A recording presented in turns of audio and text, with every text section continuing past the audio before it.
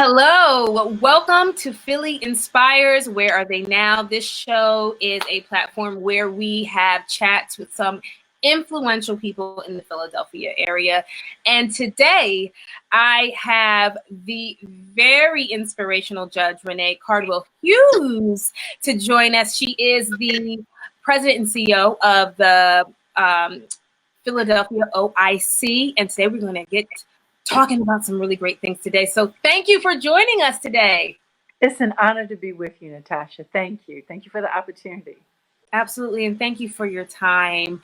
Oh, my goodness. So before we dive into your work with the Philadelphia OIC, I really want to talk about what's going on today in the country and in the world, actually, in light of all of the civil unrest concerning police brutality in the United States. There's been a lot of protests, and now we see the officers have been charged. In your legal mind, what is your opinion about what's going on right now, and how do we heal and move forward? I know, loaded question, but... Loaded question. Okay, so first let's start with the fact that America is a nation that was born of protest. And that really resonates with me because OIC was also born of protest. And we'll come back and talk about OIC momentarily. But protest is the manner in which things have always changed in America. I believe in the First Amendment. I believe in protest. Where I draw the line is opportunistic looting. And that's what we've seen in our city and across the country. And so this time breaks down into three categories. There's a legitimate protest, a legitimate demand that our leadership provide justice for horrific wrong that was done. There's the broader question of not just the wrong that was done to Mr. Floyd, but the wrong that has been done to African Americans and dispossessed people. And that's the larger, bigger issue. And that's why you see these protests spreading across the nation and literally around the world. There have been protests in London as well as in Paris. And that is one category of protest. The opportunistic looting, those are just criminals. They're vandals and they divert the conversation. And we need to hold ourselves to account that we don't allow people to hijack our message by this looting and vandalism. And then there is the problem with our governmental response.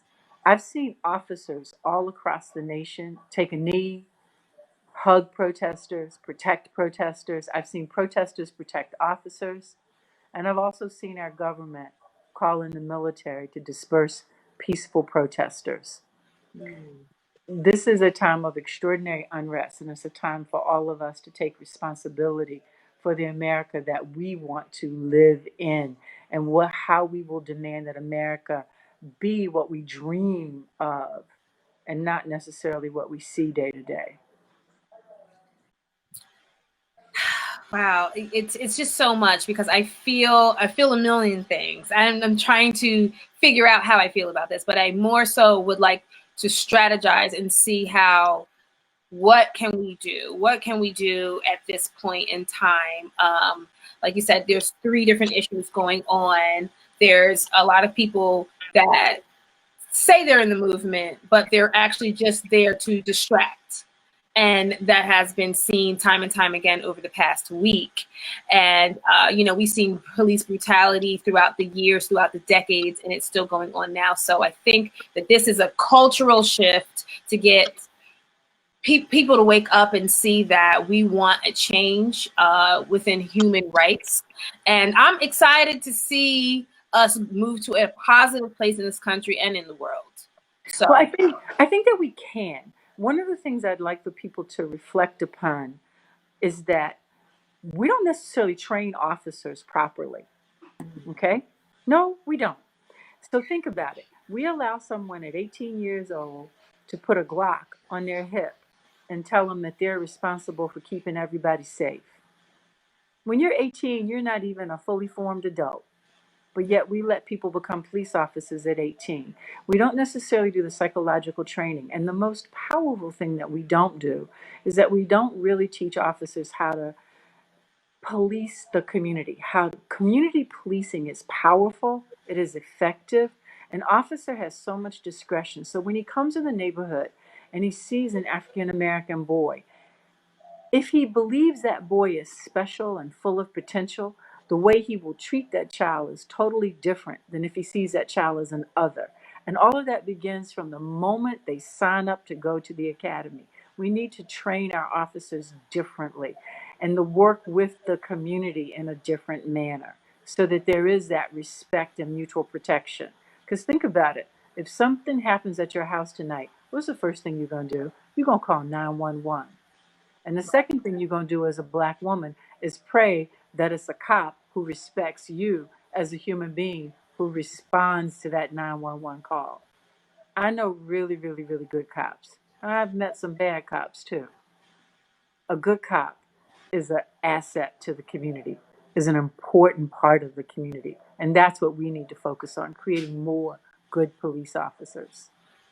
Does that happen through legislation and voting, or how can the people get involved in making sure that police are trained to deal with the community that they're supposed to police? So voting is essential. Voting is essential to freedom, and everyone should know their rights and vote. I don't care who's on the ballot, you've got to vote. Because if you don't vote, you don't count.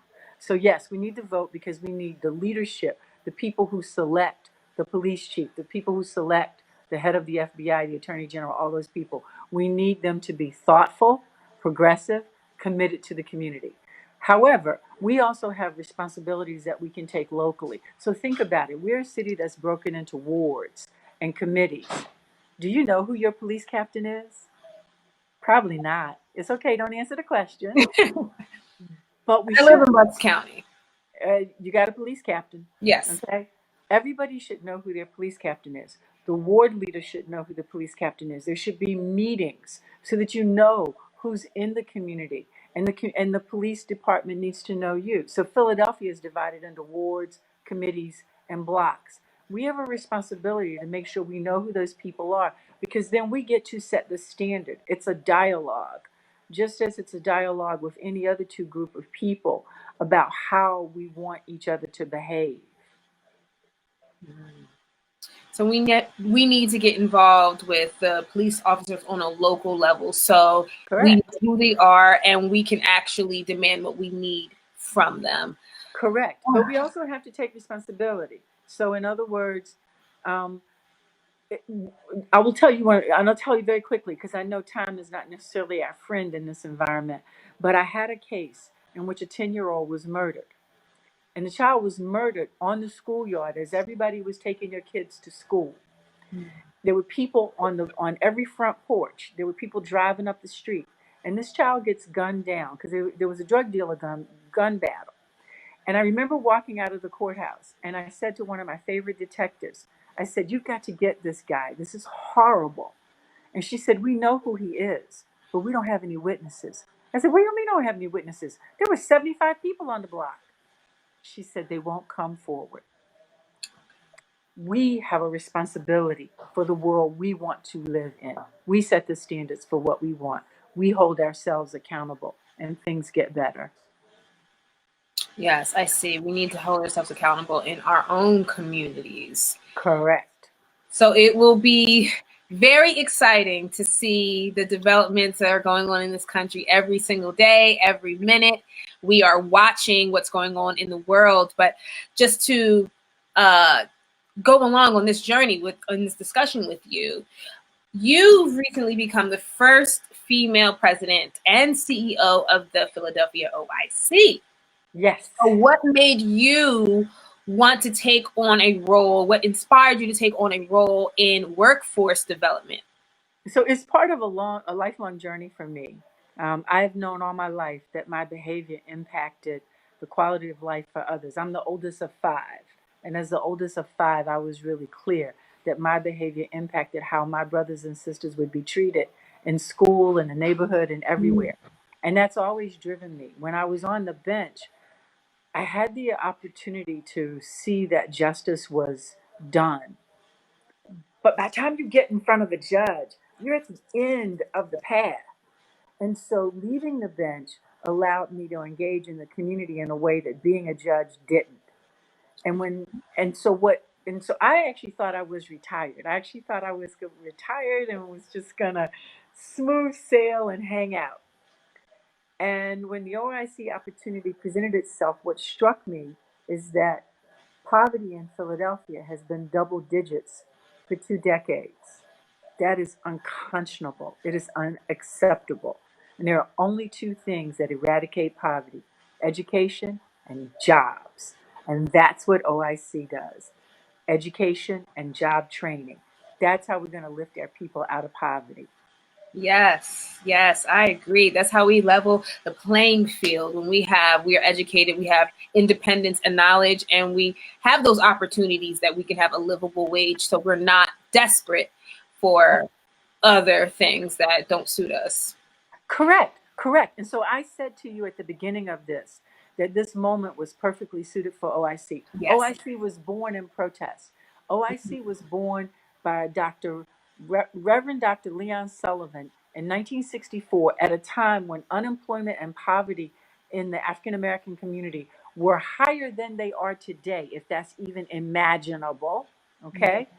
And by protest, by peaceful protest, he brought about this change and created this organization to provide job training for our people so that we would not only have skills for the jobs of today, but my job is to make sure we're skating to where the puck is going to be and we have the jobs for tomorrow. That's what this is about. And that's what inspired me, because if we can reduce the poverty level in our city, if we can improve the quality of life for our people in our city, that's a great day. That's a great thing. That's a great thing for everyone to have a chance. So thank you for what you're doing with the Philadelphia OIC. And you're not retired on the beach somewhere right now, but you couldn't even be on the beach right now because in light of all the protests, we are still in a pandemic that has really rocked the economy. And since the Philadelphia OIC works directly with the economy, how are you guys responding to this? So we left our offices on March 13th, and like everyone else in the region, we were shut down by March 16th. Within 30 days, we had converted 85% of our programming to virtual learning. So we have been continuing to provide services to our citizens throughout the entire pandemic. Now, I don't want to keep it that way because the power of OIC is that we meet people where they are.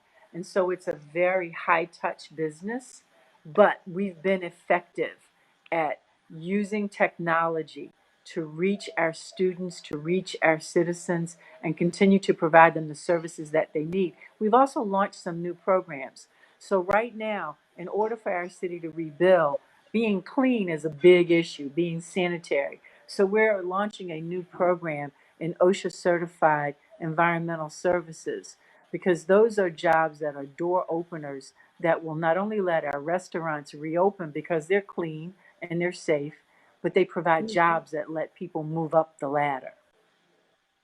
Great. That sounds amazing. You guys, we have been being very creative during this time, just trying to provide services. When we're at home right now, doing this chat with everyone. We really had to scramble, and it being innovative. Is that a way that you guys stay relevant in the Philadelphia area? Absolutely. I mean, the critical issue for all of us is to stay cutting edge.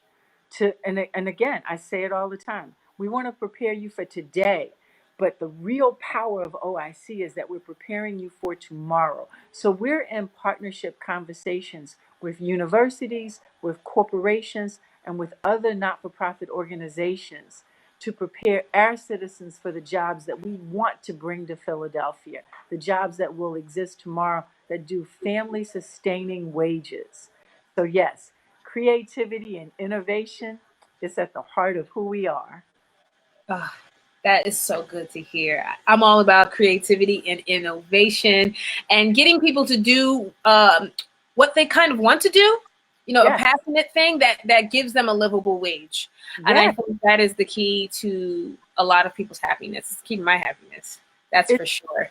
It absolutely is. And I think one of the things that I would like for everybody to focus on is that we're all talented and gifted in different ways. Yes. And organizations like OIC can help you hone those talents and skills so that you can wake up every day happy and excited to go do what you do best. That's Yes. fun. And that also changes the climate and shifts the culture when people are happy in their life. So it is possible. Oh my gosh. So thank you so much for sharing these amazing tidbits with us today, especially in a time of such civil unrest and uncertainty. It was really great speaking with you today, and just hearing what opportunities are available with the Philadelphia OIC, and kind of getting to vent about what's going on in today's world. So I appreciate that. It's been a pleasure to talk with you, Natasha. Thank you for the opportunity. Oh, absolutely. Thank you so much. And everyone who's watching, thank you for tuning in. Next week, we have Maxwell Brown. Same place, same time. Philly Inspires. Where are they now? Thanks for watching.